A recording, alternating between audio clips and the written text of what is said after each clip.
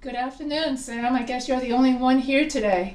So today I'm going to go over business communications. So I hope you had a great week 6, and Yes. congratulations on your getting to over halfway through the class. We're only Thank you. five more weeks left of this class, and then it's over. So how do you like Fortis College so far? So far, I'm glad to have you as my first online professor because you've been helpful and you actually you're better. That's great. So how are you doing? And have you learned the 5 paragraph essay structure? Yes, I believe so. I'm still getting the hang of it. I'm trying to improve myself, but at least I get it. Kind of. Okay, so all you have to do is just make sure your thesis statement is the last sentence of the first paragraph and the first sentence of the last paragraph, and that everything matches. Like the topic sentence. Sarah, how are you doing this week? Hello, good. Got a lot done today, so feeling pretty good.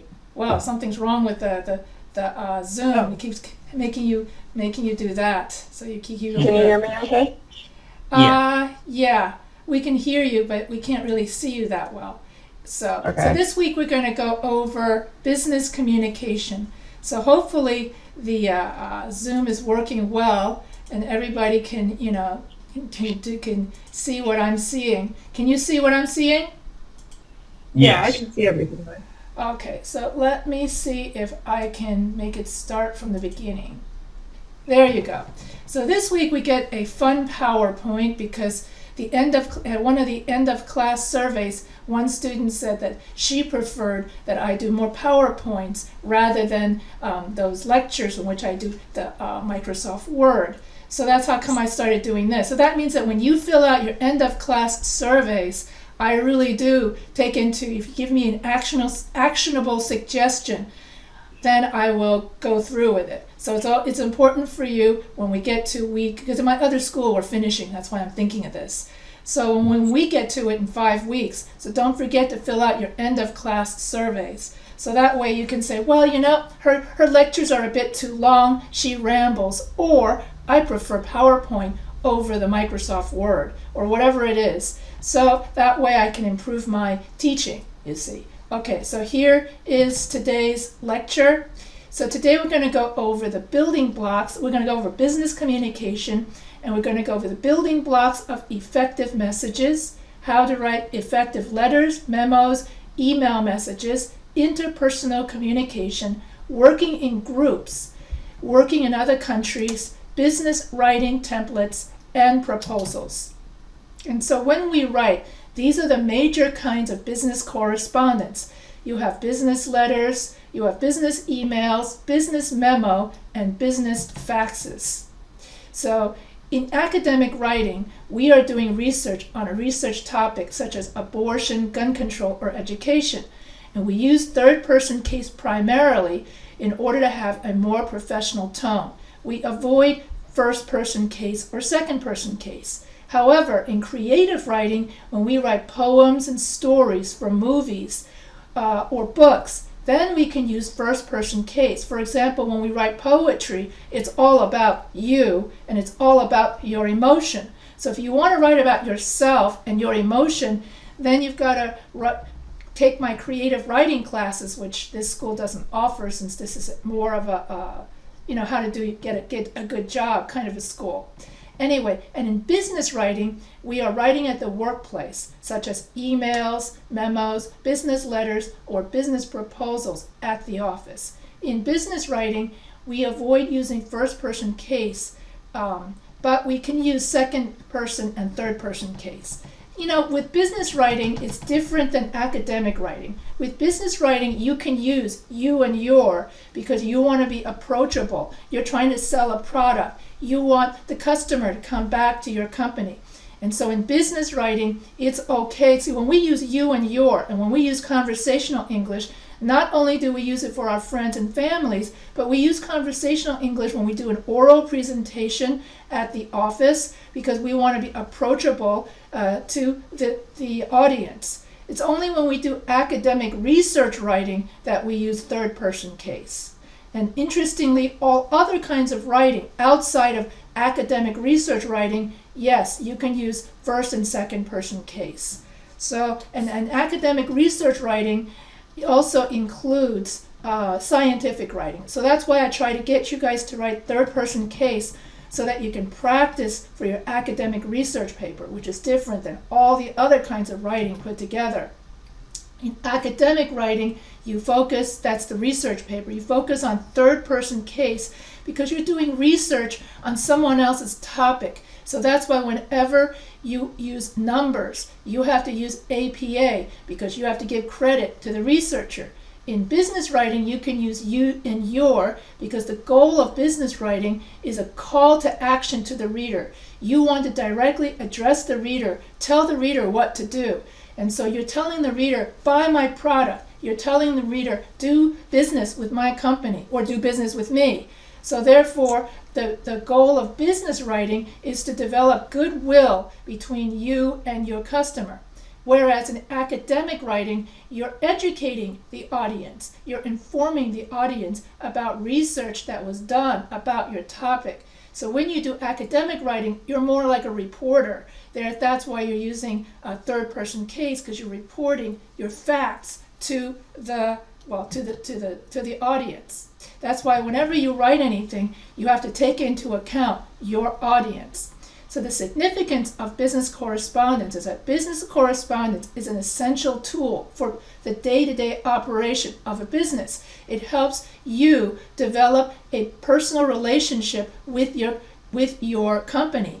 And so if you have good writing skills, you will have much better salary. And so part of business writing is building goodwill. And the benefits of improving correspondence and writing skills is that you reduce the reading time. In other words, people can read effective messages better and it saves time. Most importantly, you build goodwill. And so when you write business writing, you have to have bias-free language. That means instead of saying businessman and businesswoman, you would simply say business person. Instead of saying fireman, you would say firefighter. So why do you think we have to have a bias-free language, Sarah, in our writing? Well, I mean, if you're writing something biased, they're probably going to think, they'll know what your thoughts are on certain topics and whatnot, and might not want to do business with you because it might not agree with what their ideas are. Yeah, and these days, there's so much, it's so easy to slip your pronouns. So you have to use the right pronouns. And it's kind of like, in my day, it was like asking someone, would you like to be addressed Mrs. Yvonne Ho or Ms. Yvonne Ho or Miss Yvonne Ho? Now you have to have, there are even more pronouns to be aware of. So you simply put he, she, something like that next to your pronoun, saying this is what your gender is. So it's increased exponentially beyond Miss and Mrs. In my day, Ms., if you called somebody Ms., that was considered cutting edge, meaning that you're not being prejudiced or biased against a woman by saying, is she married or not married? You see, in my day, that was considered bias-free. And now it's even more so. So you got to make sure you use neutral pronouns. So be aware of words, images, and situations that suggest that all or most members of a group are the same. Avoid qualifiers that reinforce stereotypes. So instead of saying all Chinese people are good at math or all Chinese, you should say some people are good at math or some Chinese, because you can't just generalize and saying all. You can't say like all women are bad at math or science, because some are good at science. Just like in those that movie Hidden Figures. Did you see that movie, Hidden Figures?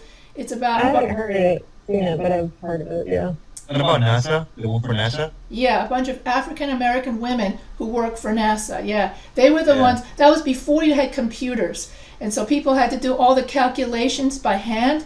And so all of these people, the women, they wrote on the blackboard the correct calculations so that they could send the satellites or spaceships into orbit. And so without that, now of course the computers do it all, but back then, without that, they called these women computer heads. And without that, these hidden figures or these women, they would not. So that proves that women can do math. I mean, that was one of the stereotypes they broke. So use gender neutral, like use people, humanity. Don't use mankind.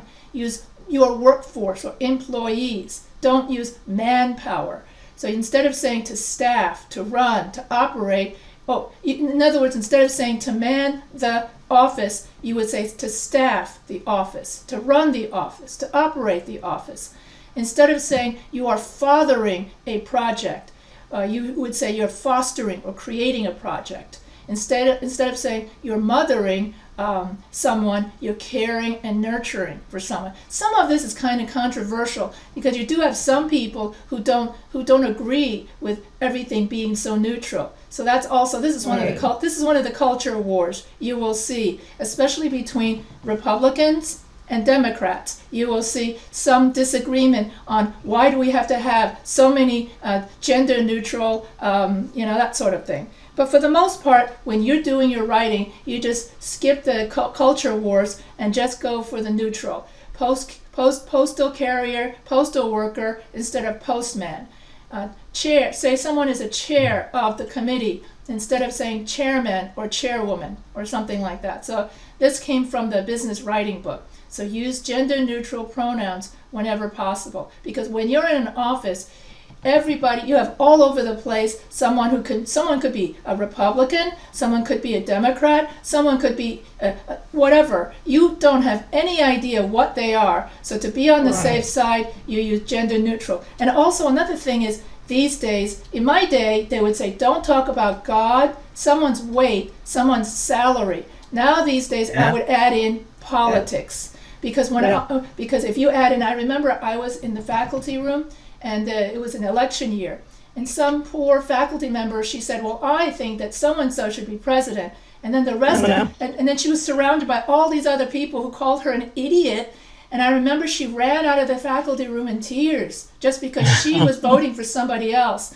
And this was in the early 90s. So can you imagine what it'd be like now? I mean, it's even more so. Yeah. Now I saw someone on social media being, now that would take place on social media. Someone would get defriended. But I do remember seeing her crying and running out the room. So I remember at that time, it was my very first job. My boss was standing next to me and she goes, Yvonne, never talk politics. Whatever you do, don't get involved in somebody's political, whatever it is. Unless you're teaching that topic, unless that's, you're teaching political science and you can't help it, don't go near that. And so, because of what I just saw. So throughout that, so 30 years later, now I realize, okay, so I didn't, I've seen several scenes like that. But I won't describe it. But usually it's the person who's voting for the other person who runs out crying. It's usually a woman too. Women cry. But anyway, so and when instead of saying fireman, chairman, so this is practice. You would say stewardess instead of saying stewardess. What would you say? This you should already know. Flight attendant. Flight attendant. And instead of saying waiter and waitress, you would say. I could have sworn I was steward. I would say waiter, but wait, yeah. That's a guy. Waitress is a girl. So how would you say it? So that's, I think it's maitre d, maybe a server, maybe. Oh. Instead of saying mankind, you would say that's humanity. Okay. Businessman, you would say business person, and then you would say police. Instead of saying policeman, you would say police officer. Police officer. So instead of saying actors and actresses, you would say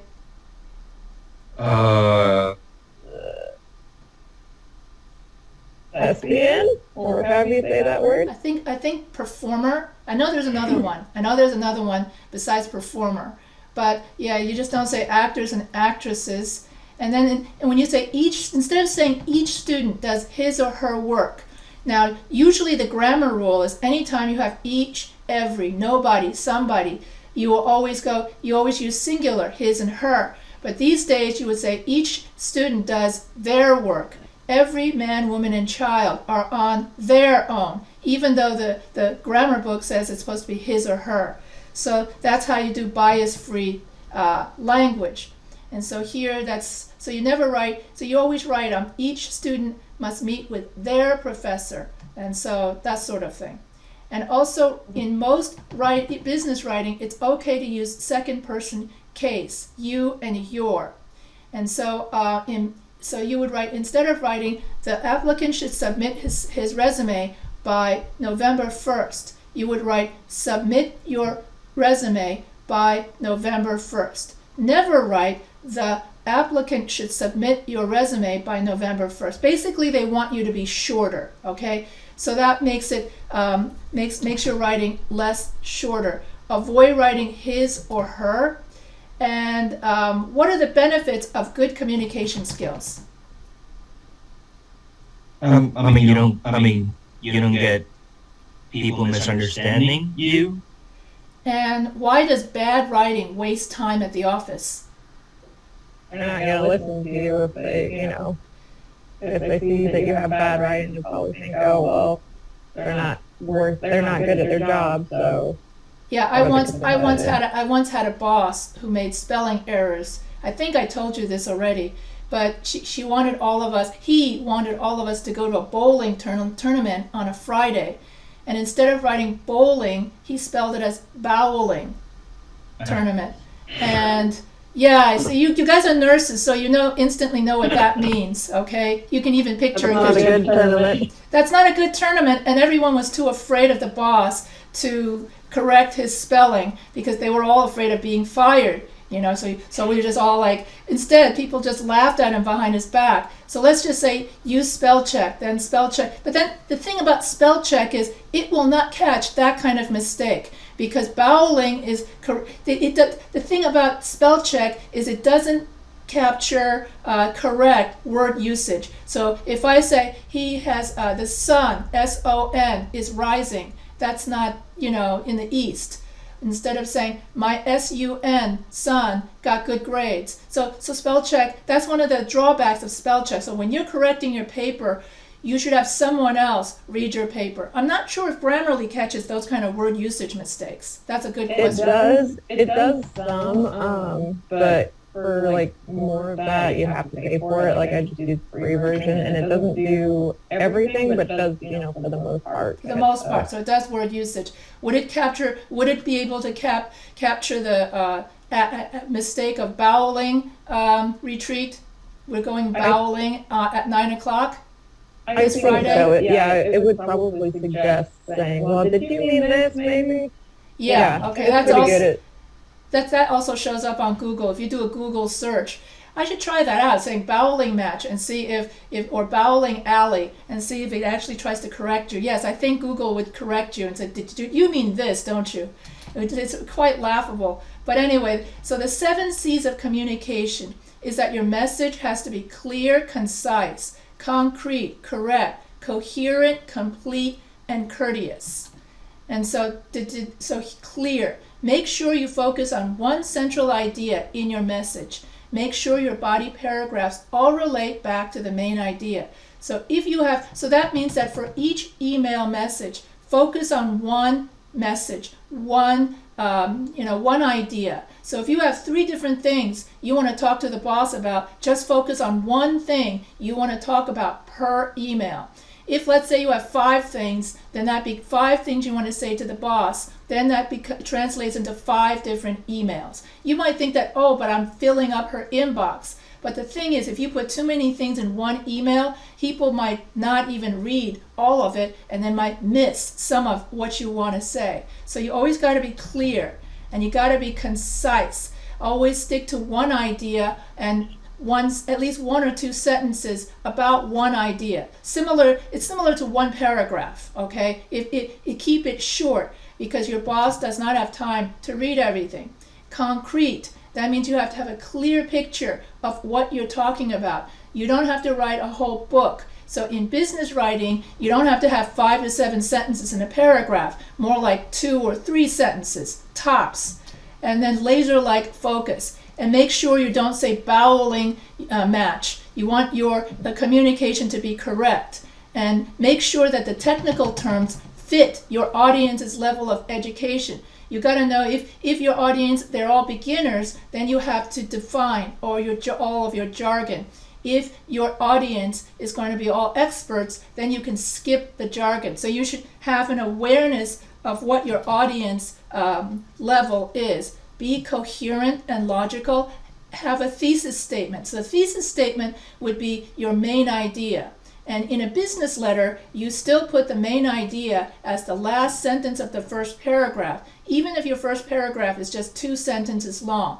Make sure you have a complete sentence, a complete message. So in a business letter, that means a 1-sentence introduction, maybe a 1-sentence body paragraph, and a 1-sentence conclusion. So that could actually be 1 paragraph. You're thinking to me, well, that's true too.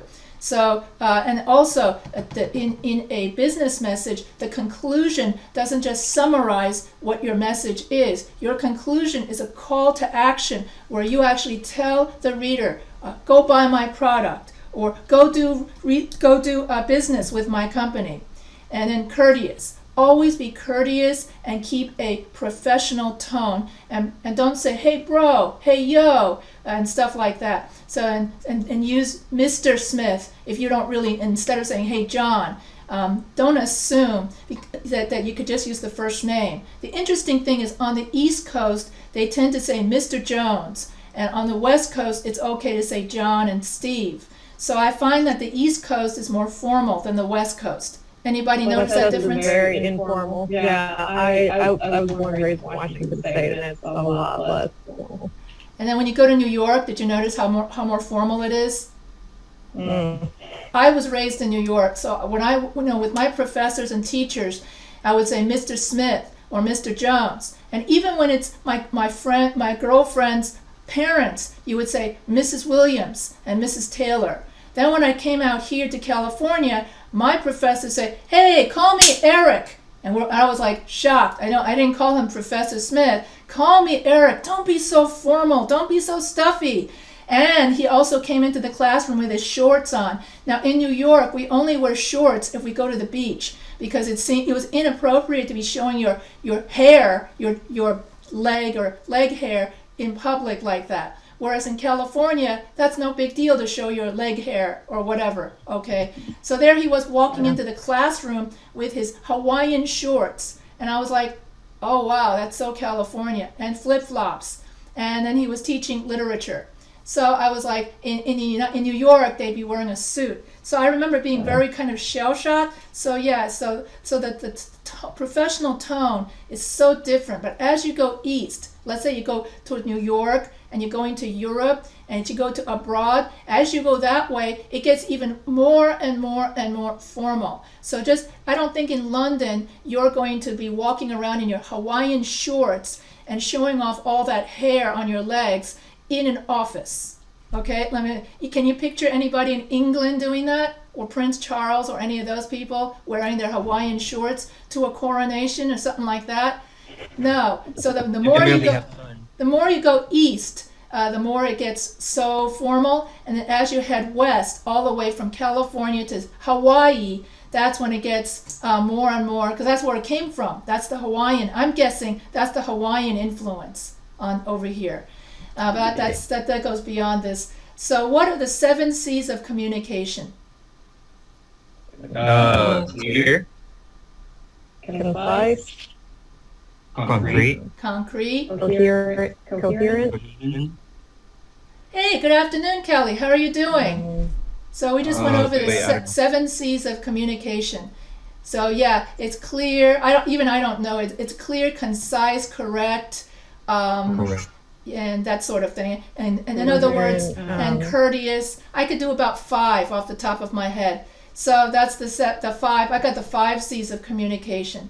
All right. So planning, composing, and revising. Believe it or not, you do the same thing with business writing. You do pre-writing, in which you decide on what you want to talk about. You create a visual outline, and this comes from Locker. So this, as you could tell, this is old. So if you were going to do this is a different class. You haven't gone over credible resources yet. Anything over 10 years old is not considered credible. So that means I have to start changing my business writing thing. So you're at my other school. I was doing this same lecture, and I asked my other class, because we already went over credible sources, and I said to them, what is wrong with this source? And I was pointing to the date. They're supposed to already know. Oh, anything over. They already learned about kapow. C, currency. A, author. P, purpose. O, objectivity. W, writing source, writing style. Kapow is the way that you could tell if something is a credible source. So they've already learned that ad nauseum.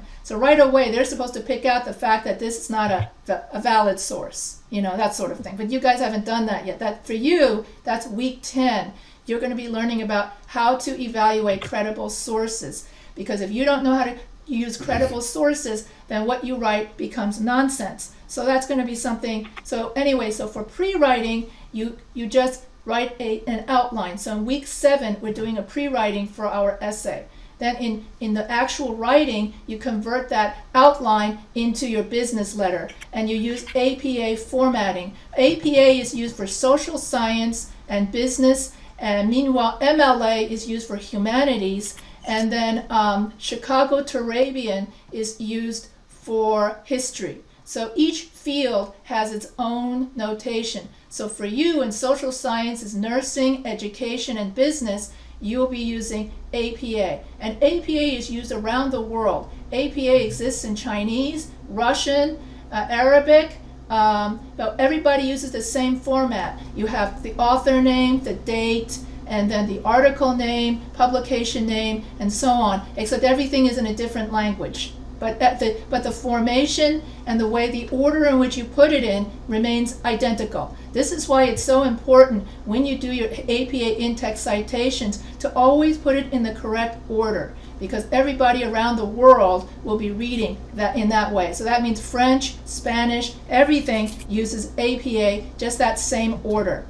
And this is rewriting. And so that means when you revise for essay structure, and after your essay structure, or in this case, your business letter structure is correct, then you can, usually people just have 1 or 2 minutes to look over whatever it is they wrote and then send it. That becomes rewriting. It's just, and in the end, your rewriting should be automatic. It should take 2 minutes to look over your paper. So grammar tips for business writing. Use words that are familiar to people. Avoid big words that people do not understand. In a sentence, keep your subject and verb together. Use parallel structure and use you as a call to action for the reader. So instead of saying, you need to go and buy my product, you simply say, buy my product. Instead of saying, you need to, so you take out the words, you need to go, and you just use the imperative sentence, buy my product, go do this, be quiet. So anything, you use more, when you're doing business writing, you use more imperatives, okay, imperative sentences, in which you're giving the order. Then use parallel structure, meaning that you want to have consistent verb tense. This class has gone over consistent verb tense, so I don't have to go through it. The other class didn't. So I've got to keep my schools straight. All right, make sure each paragraph has 5 to 7 sentences. Use transit. This is for if you're writing a business proposal. Then when you write a business proposal, then your grammar will be more like an academic research paper. So if you're writing a business proposal in which you're proposing an idea or you're pitching an idea, then yes, you will have a paragraph of 5 to 7 sentences. You'll use transition words to enhance the flow of your ideas. You're going to write in active voice, not passive voice. Passive voice is used mainly in scientific papers. So I'm going to talk about how to use passive voice in science papers. I think that's week 11. And also vary your sentence structure. And so here, what is the process, what is the writing process at the workplace? And what is the format of a good email? Kelly. I don't know. I joined in late. Oh, okay, but what is the writing process at the workplace? I think you were here for that. I don't think I was. If I was, I was getting set up. Oh, okay. So Sam, what is the writing process at the workplace?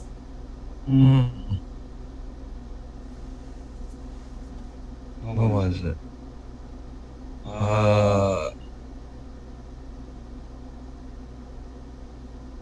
Can't remember right now. Oh, okay. Sarah, what is the same writing process as we use for Yeah, it's gonna essays? say something like rewriting, rewriting, Oh, okay. I was editing, making. and revising. Yes, it's It's pre-writing. the same as academic writing. Right? Yes, pre-writing, writing, rewriting. Yes, it's the same as academic writing. And Okay. then positive and negative messages. And so we use the sandwich method, which this class has already gone over. And so I'm not going to even to go over it. Instead, so Sarah, what is the sandwich method? You tell me. The Mm. sandwich. Wait, did we go over this? Yeah, that's why I'm asking you to remember. Is that for the critiquing part? It's similar to peer review. Yeah. What is the sandwich? Okay. So like you start out with, hey, you know, it's a positive statement of like, hey, good job at doing Right. at the structure of your paper, and then here's what you should probably fix. You know, here are different things that you could do to make it look better or flow better, and then having the third statement be just another positive statement, like Yes, that's how you would give bad news in a business letter. So if you're going to give a job for performance review and you think that the worker is lacking in some way, you would first say, John, you do a great job with our teamwork and your productivity is at 95%.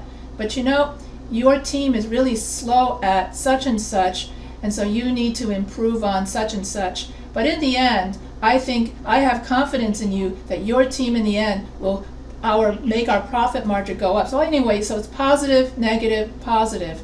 When you give bad news, or the sandwich method. So it's the same thing, giving any kind of feedback, whether it be peer review feedback, job review, you're the boss and you're reviewing a junior worker, you would do positive, negative, positive. So that way, although I had a student say, hey, how come that's considered sugarcoating? Do you think that's considered sugarcoating the bad news?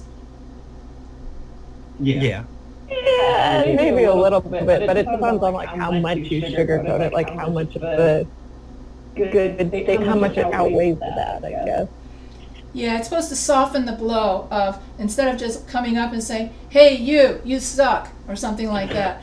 Obviously, but I've had bosses who have been that blunt, and then anyway, that's a whole nother story. So here you have the structure of a sandwich method, where you give a reason for the bad news, you prepare the listener the bad news in a professional, unemotional tone, do it just once, present alternatives, solutions, or compromise out of the problem, end on a positive note, ask for input or call to action to brainstorm and solve the problem. So that's how you would write a bad news letter. And so how do you deliver, and then what is the structure of a bad news letter? Let me go through that again. So first, for a bad news letter, what is the structure of a bad news letter? If I wanted to write a business letter that had bad news in it, how would I structure it? Good, bad, good. Yes, so it's the same exact thing. So you got the idea, so let's get out of that. Interpersonal relationships. Now, the reason why I'm having all of this is that when you have communications in other countries, everybody in other countries is usually much more formal. They go Mr. Smith, and everything in writing is even more formal than our formal English. So if any of you want to work abroad, you need to know the culture in which you're working in. Okay, so communicating across cultures, cultural awareness is important to global business, powered with good communication skills. So culture is made up, so the definition of what is culture. Culture is made up of agreed upon expectations about the way people interact, specific behavior or customs associated with certain groups of people need to be recognized to avoid misunderstandings.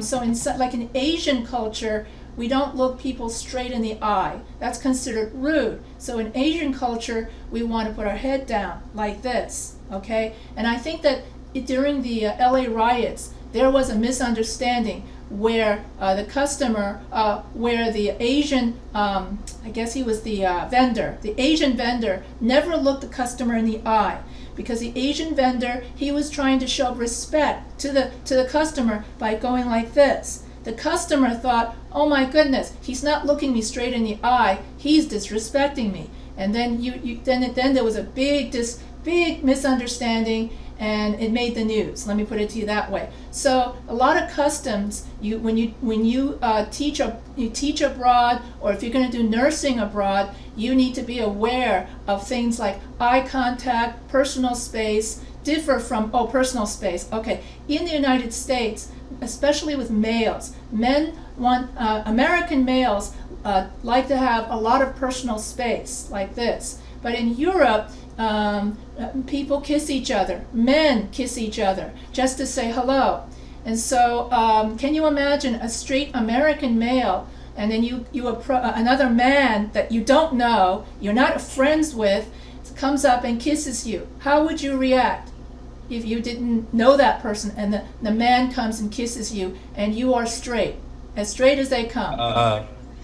I would fight, I think. Yes. So, well, I remember when I went to France, I was on a scholarship program, and we were all in what they call cultural orientation. So they separated us. They said, okay, how many of you guys play football? And a whole bunch of people raised their hands. Okay, I want you all to sit over here. Then they gave a separate orientation to the American guys, saying, in Europe. And then the teacher, he's a guy. I'm going to come up close to you and kiss you, and you are not going to punch me in the face. So he then went up to each and every of the male American students, and then they were forced to, otherwise they would get a 0 as a grade, forced to that he would allow the teacher to kiss him on the cheek and saying, bonjour, bonjour, bonjour, bonjour, and salut, salut. It all means hello. And then he said, it's similar to this. And you have to also, then he told the American males, you can't be so tense. You got to learn to relax, okay? People misinterpret the tenseness as they don't like you or something, kind of like a weak handshake. So it was a whole cultural, orientation. Women didn't have to go through that, because for a woman, no big deal. You hug, right? So we thought the whole thing was so funny. For the women, we stood there laughing and stuff. That just was so funny. But anyway, so culture is made up. So eye contact, personal space, all of that is different from culture to culture. And so most Western cultures, so you are individual based. Okay, so now you've got group based cultures and individual based cultures. Most Western cultures are individual based. That is, decisions are made for the benefit of the individual. For instance, American business accepts competition and believes competition produces better performance in the workplace. Most Asian cultures are group-based cultures. That is, decisions are made for the benefit of the group. In Japan, competition is thought to create disharmony in the workplace, and it's best be avoided by having the group decide together what is to be done. So if you're going to make a business decision, it has to be good for the whole group or for the whole company, for the whole team, not just for you. That would be nice. Yeah, so that's the difference. So you have to be careful in how you word your proposals, how you, and then you would say how people interact.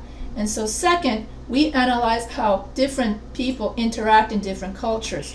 In other cultures, such as in South America, so they want interdependence, collaboration. So firms in Western Europe is more about each person and their accomplishments. But in South America, it's all about everybody. It's similar to Japan, interdependence, working as a group. And so the results so when you have in Western culture, the emphasis is on results, goal orientation and achievement, whereas in South America, it's all about interdependence, collaboration, and getting along with, and group getting along, and cooperation. And so that's different.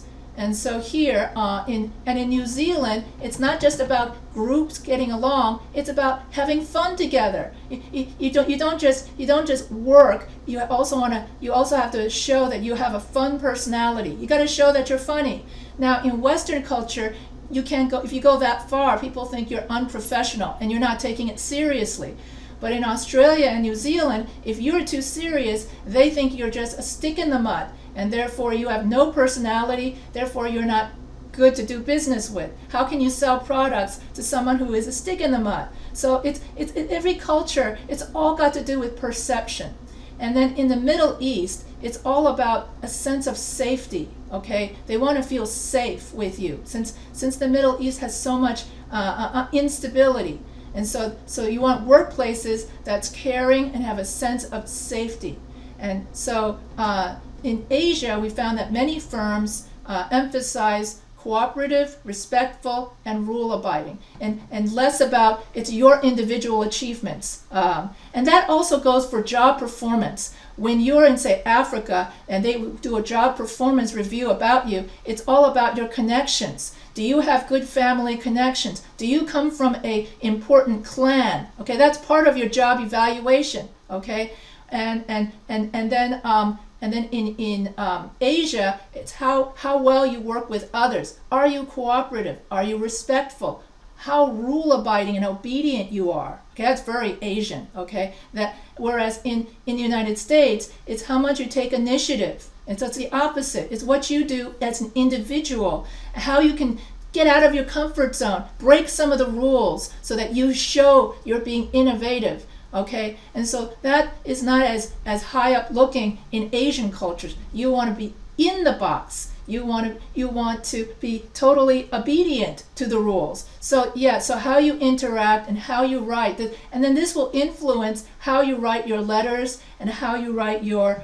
You use a lot more we in an Asian business letter, and in the West, I did whatever business, and that sort of thing.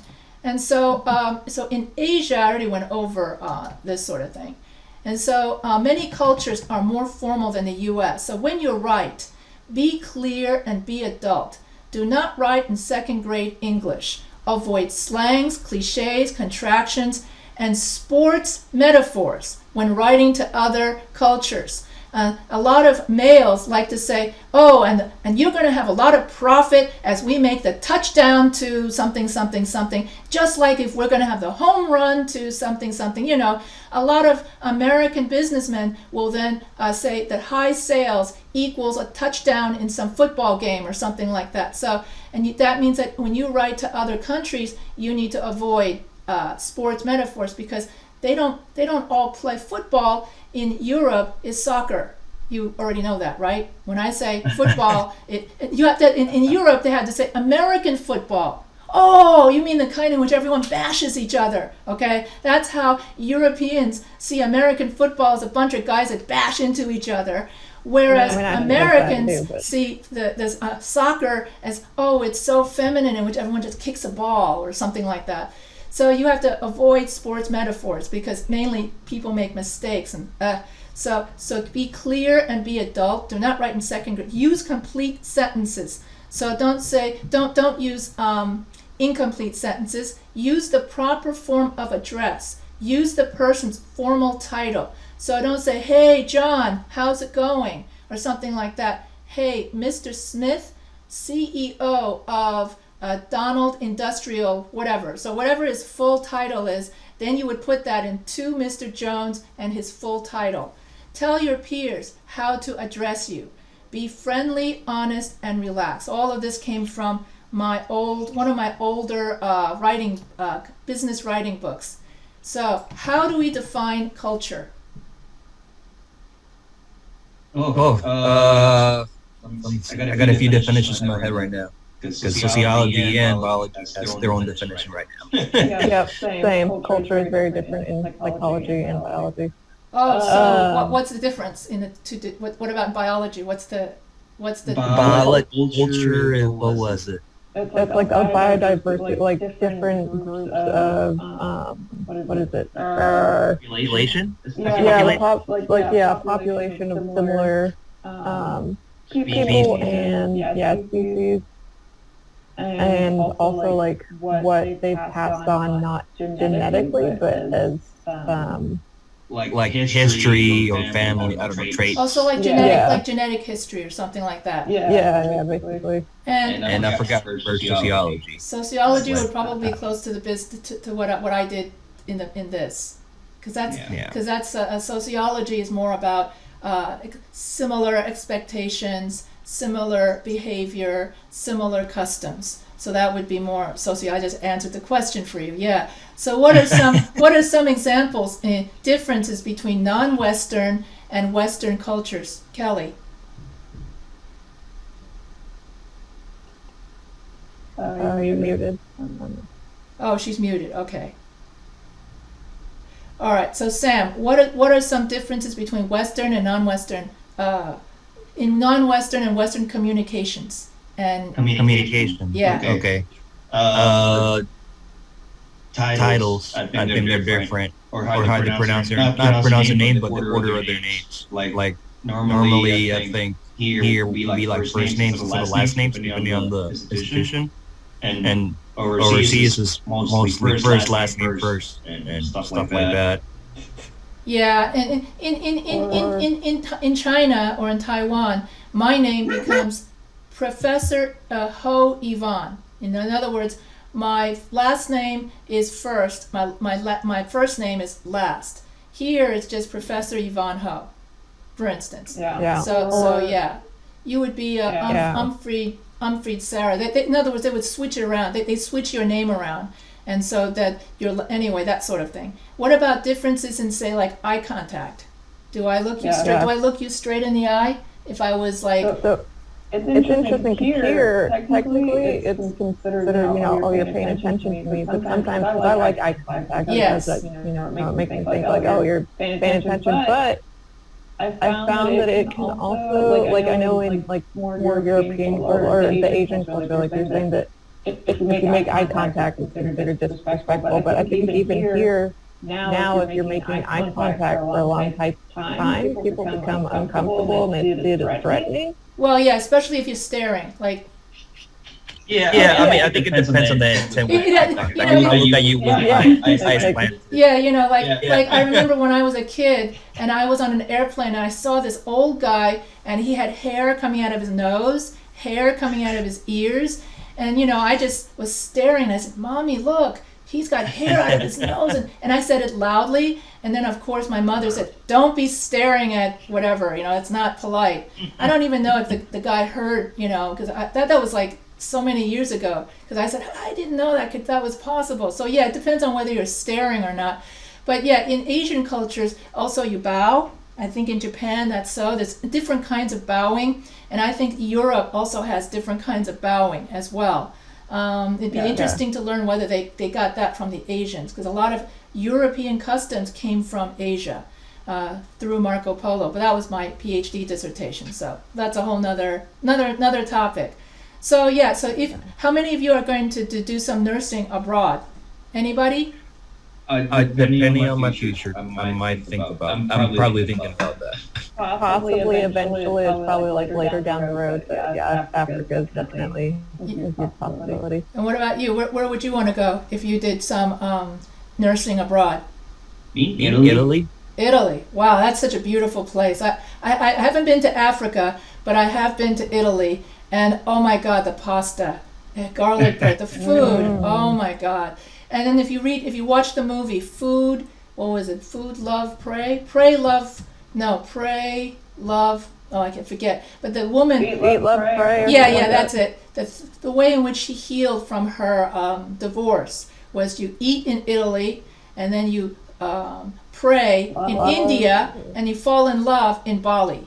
Of course, you got to be rich to do that. But that was her whatchamacallit, working and writing in groups, and then in the United States, everything is punctual. You start on time, you come to the meeting prepared, you focus on the issues, you avoid personal attacks, you listen to others, let each person speak once before you speak. Everyone must be 70% comfortable with the situation and 100% committed to do it. And then communicate immediately if you come to an agreement. Now, what's different in other countries is in some countries, it's fashionable not to start on time. Everything else is pretty much the same. It's the starting on time one, because in Italy, it's okay if you're late. It's okay if you're fashionably late. So some countries, that's the part that's different. It's the punctuality part. Everything else, I think, is more or less the same. And in China, they don't want to start suddenly, you just go straight to the topic. They want to talk small talk. They want to get to know you first. And if they don't get to know who you are, first you got to establish the trust. And then you got to small talk and visit each other's houses. And then you establish that connection, and then you go and do your business. If you just dive into your business without getting to know someone, you're perceived as very selfish, as if you're very uncaring, and all you care about is just your business. See how different perceptions, and I was reading about that in China. That's all. First you got to sit down, eat a full meal in which you talk about each other's families. And then once each other has common ground, same family structure, same whatever, then you go in and do your deal towards the end of the meal or whatever, Whereas in America, I think in America you do the same, but not as much. In other words, it's not so much a requirement. It's sometimes, depending on the situation, you have to do that. But most of the time, you just start on time and leave. So that's the difference. And then where was I doing? Oh, okay. And then always have a positive, this is everywhere, always have a positive attitude at work.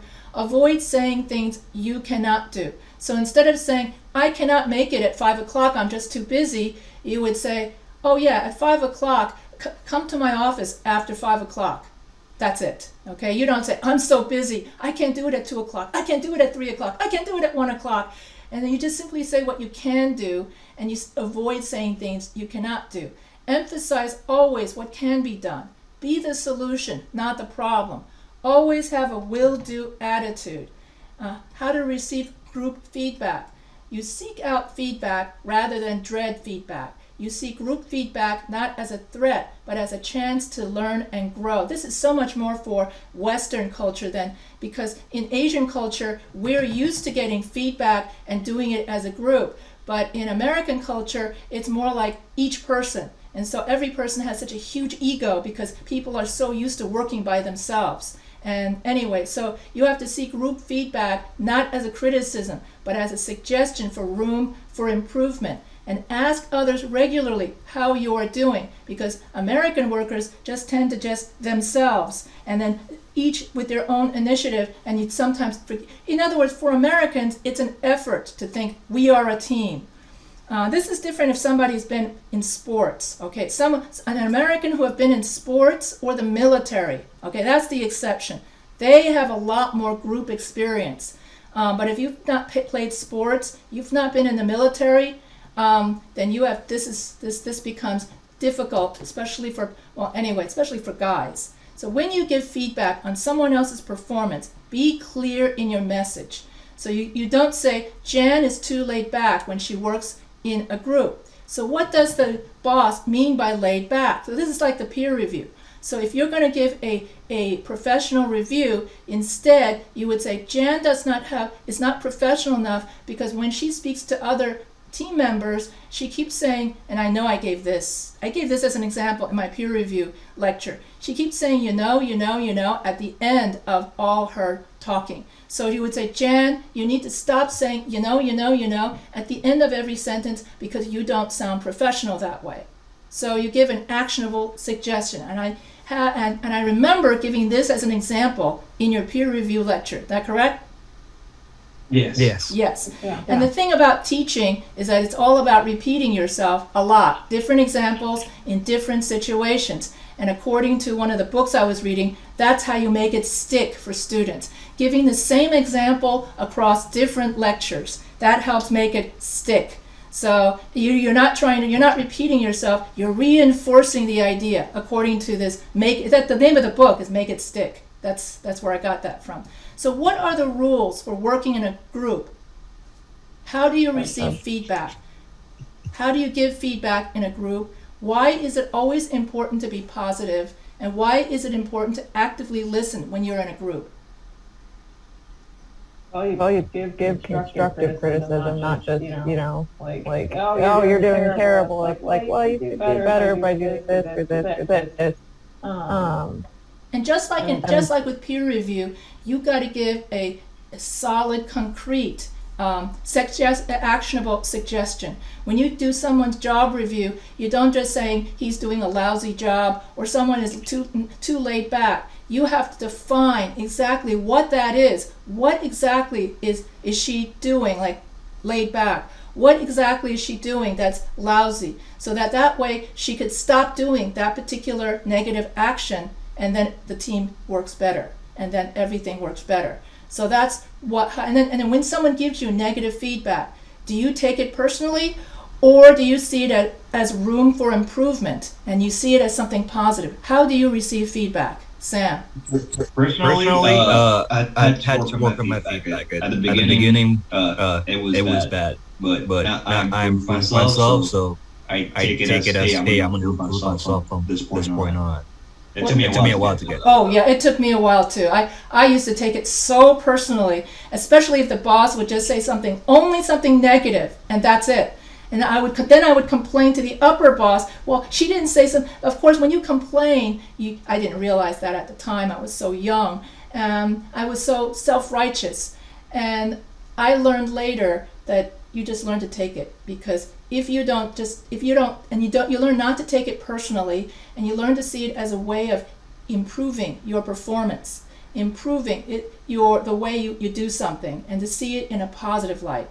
And that was just so hard for me, and to always be positive. I had to work on that, honestly. What about you, Sarah? How do you take feedback? Well, now I definitely take it as an opportunity to grow. Like the thing is at the start of college that someone has told me, you need to take any kind of criticism or feedback or anything like that. Take it as okay, maybe they're right. I definitely, when I had my husband reading my papers, I had to just like hold my tongue and not be like, well, excuse you. I was trying to take it as a learning process. Yeah, I had a student, I marked up his paper with all kinds of red ink, grammar.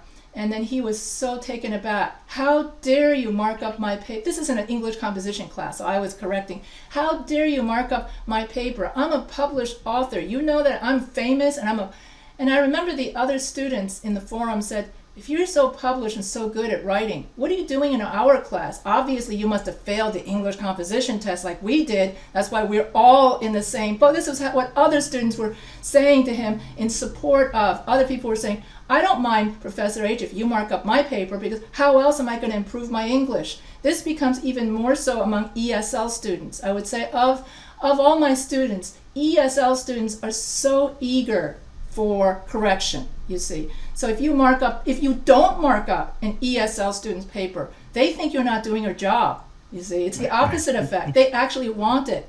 If they don't see it, they complain, saying, this English teacher, not helping me with my English. So it's really funny, but yeah. So you got to be able to take feedback and make it positive. So that's basically, I would say that's the most important thing about working with others and working as a group.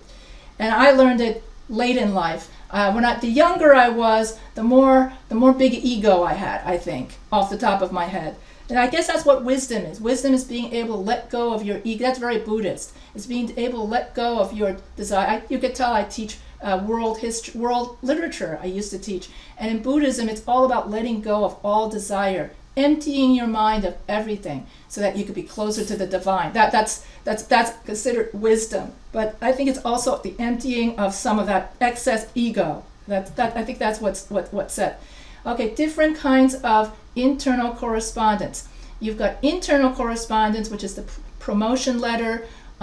You could have instructions to the team. External correspondence would be like business letters. Sales correspondence would be like sales proposals. Personal correspondence would be like appreciation letters. Circulars would be like memos or announcements. And no matter what kind of correspondence, all of the correspondence have the same format: introduction, body, and conclusion, and all talk about one central idea. So if you're going to make a circular or a brochure, you should use Adobe Spark or Canva, because those are really good software programs to help you make a professional looking brochure or a professional looking business letter. So remember, Adobe Spark, although they don't call it Adobe Spark anymore. So Canva is now the one that you have to remember. And so you have to have an introduction where you introduce the topic, you declare your thesis, in your body you justify and illustrate the main idea, and in your conclusion, this is the structure of a business letter. And in the conclusion, it's a call to action. And so in your email, it's the same thing. You have the salutation, you have the message, and the closing. Look how short it is. And then, Latin. Yeah, that was Latin. And so you have the introduction, the body, and you have here business letters. Remember, business letters go to people outside the company, while memos go to people inside the company. And so when you write an effective business letter, you introduce, you state, you identify the problem clearly. Body paragraphs is further discussion of the problem with data and evidence. Discuss alternate solutions for the future. Then in your conclusion, you have a call to action. Have the reader do something to solve the problem. Unlike an essay where you summarize the conclusion, in business writing, the conclusion is a call to action. Here is a memo. So in a memo, it's the same thing. You have the introduction and the conclusion, okay? This is a memo. Oh, and making oral presentation. Here you have the title of the presentation. You have your agenda. So the agenda is just like the first page in which this is how you would make a PowerPoint. If you make a PowerPoint, so slide number 2 will tell you, so today I'm going to go over week 3 quiz. Then I'm going to go over the week 3 quiz, practice quiz. Then I'm going to go over what we're doing, our writing. You remember that? Remember in our previous lectures, I always had a page where I went over everything I'm going to go over for the entire presentation. So that would be slide 2, your agenda. Then each item of that agenda becomes slide 3, slide 4, slide 5. Just like you have your thesis statement becomes reason 1, reason 2, reason 3, and a conclusion. So that the structure of your PowerPoint oral presentation is identical to the 5-paragraph essay structure. Why? Because out of all the languages in the world, English is the most linear. 1 to 2 to 3, A to B to C. Whereas other languages like Hebrew is more circular. Think about the parables of Jesus, okay? It's a circular kind of a language, but not in English. In English, you state what it is, you make your claim, and then you back up your claim with reasons. So that, and even when you tell a story in English, it's still linear because you have a beginning, a middle, and end. So anything you do in English is always linear. Does that make sense? So this would be how your PowerPoint would look like. And so here, the dangers of vaping. So the agenda would be your thesis statement, and then each slide would talk about one slide about lung cancer, another slide about throat cancer, another slide about stomach cancer. And then you would repeat and summarize. Although for a business oral presentation, you don't just summarize, a call to action, meaning you must stop smoking or something like that. So how many of you have done oral presentations and this is like, you already know this? And college, not yet. I'm gonna do one in week 11 for biology. Okay. Oh, Next for biology. quarter, I have an oral presentation for communications, effective communications, I think. Yep. So that means you have your title page, you have your agenda page, and then each of the body, this is known as the body paragraph or the body slides of your PowerPoint, the meat, the middle part of your presentation. And then your conclusion, usually you would write, if you have any more questions, you can email me. And here at the very last, the sources. So I remember I did that nurses thing, and at the very last slide, I go, now you know where the nurses book I did it from. And everybody was writing down, oh, that's where she got it, because I'm not a nurse. So obviously I had to read about this nurse who wrote, this is the kind of writing that I did on my job. They even have an ESL nursing book. Come to think of it, for ESL nursing. But I don't think anybody here is ESL, so I didn't do that. Here you have business letter, you have salutation, and here you have the introduction, the body paragraph, and then you have the last paragraph. So the first part, the body standard, is to be short and simple to the point. The purpose of the letter should be clearly written. The first paragraph of the business letter should be written as an introduction as to why you are writing. The second and third paragraph should be able to elaborate and provide more detailed information about your request or purpose of writing.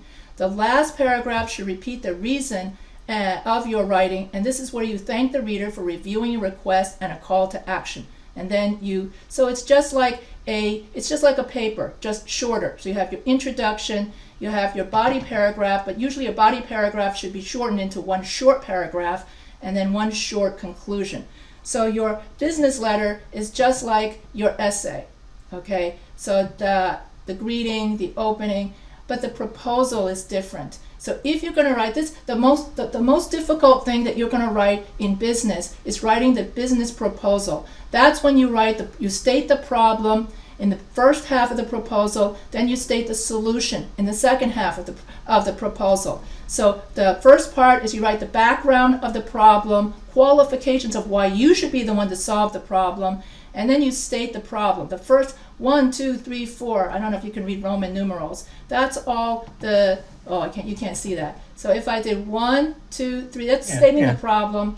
And then marketing plan, financial plan, that's stating the solution. And then you want to make sure that you're the one that you want them to hire you to be the one to implement that solution. And you tell the company other people's solutions don't work. Your solution is the one to go for because you're the cheapest, you're the most convenient, whatever. So then you also have to be selling yourself. So this is also a kind of persuasive essay, that because you want to persuade someone to do something. That's why all of the different kinds of writing all overlap with each other.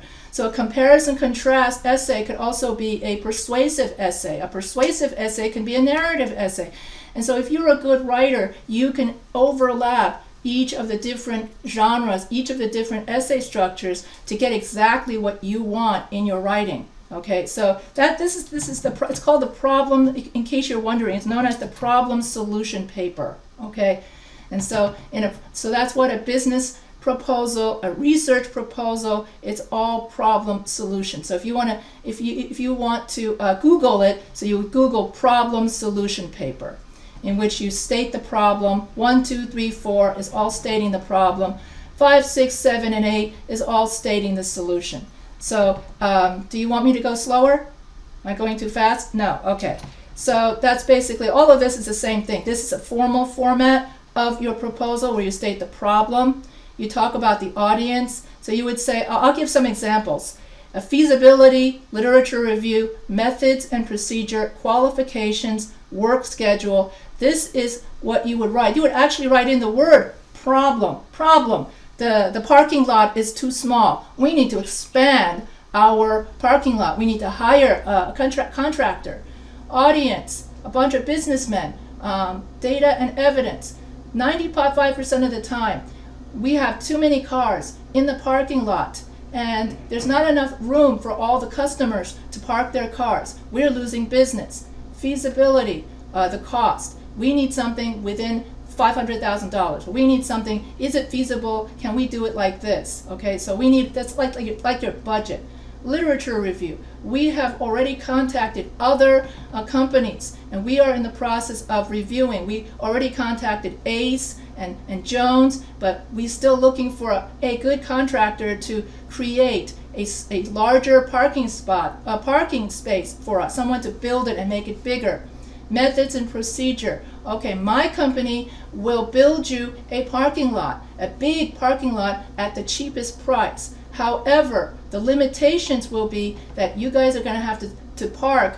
We're going to have a bus. You're going to have to park in the airport parking for about 3 weeks while we do our expanding of the parking lot. So that would be the work schedule. And then call to action, hire my company to enlarge your parking lot. So this would be a formal format of your business proposal. In this case, somebody wants a larger parking lot, you see. And so I have to say the problem, my parking lot is too small. The solution, I will build you a bigger parking lot. And you want to hire my company because we can do it best.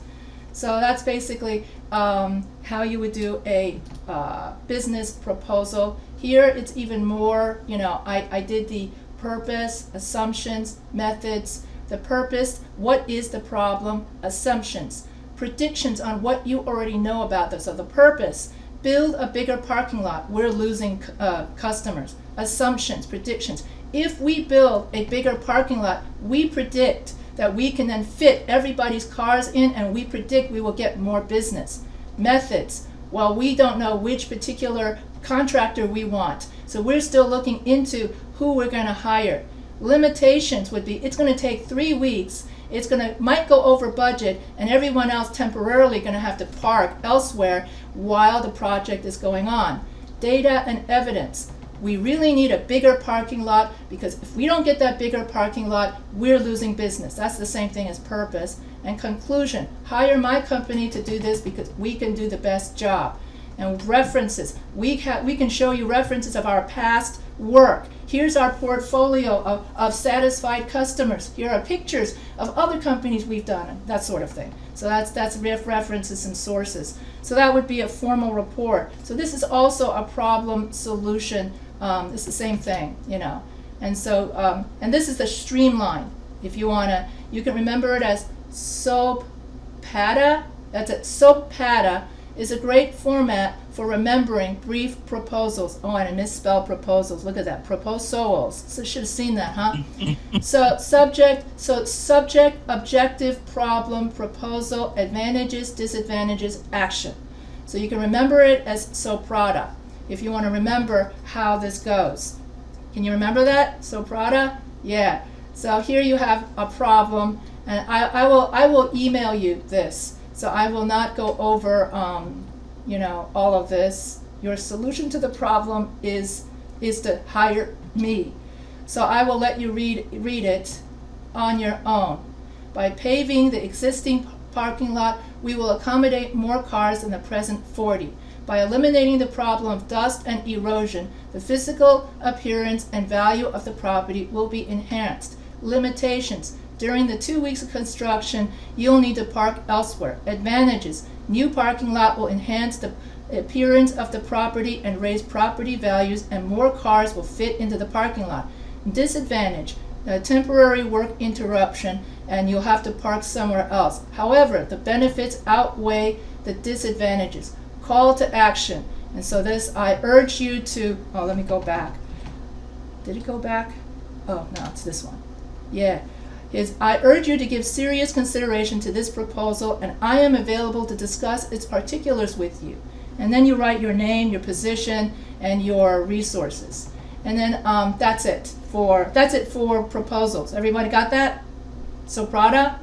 And then and then also you should use visuals in a presentation. But one thing is, if you're going to use visuals, make sure that you reduce the size, the file size, so that if you're going to email your presentation to other people, you have to reduce the size of your images. Otherwise, your PowerPoint is too big to email. The only thing is you got to reset this. You got to learn how to reduce the size of your PowerPoint. I didn't put that into this particular, but when you do add visuals, it does make your use as many. Try not to use too much text. Use more pictures and charts, okay? Instead, because people don't have time to read, and people get bored reading. So more pictures, less text for your presentation, especially if you're going to be using numbers, okay? Use a chart. And then you try to reduce the size. I don't mean reducing the size on the slide. I mean reducing the entire file size of the entire thing. Okay. Isn't that compressing the file? Yes, you gotta find a way to compress the file, and all of these different software programs like Canva, they will have a way for you to compress the image. So you're going to have to research I'm going to have to research that to stick into this. I didn't think of it for this presentation until a student asked me in my other school, I'm trying to do a presentation. How do I reduce the size? It won't email, and my assignment is due tomorrow. And then I had to teach her, so I have to add that into here. So you can use Canva to make professional looking. Have you tried Canva? No, I never heard about it before. Canva. Microsoft Word. Microsoft Word can do it, but Canva does it way better. It's way better. Microsoft Word is so primitive compared to Canva. I mean, no comparison. So if you want to make an infograph, you need Canva. So what are the rules? Did we do this? Oh, so what is the format of a business letter? This is like the end of this lecture.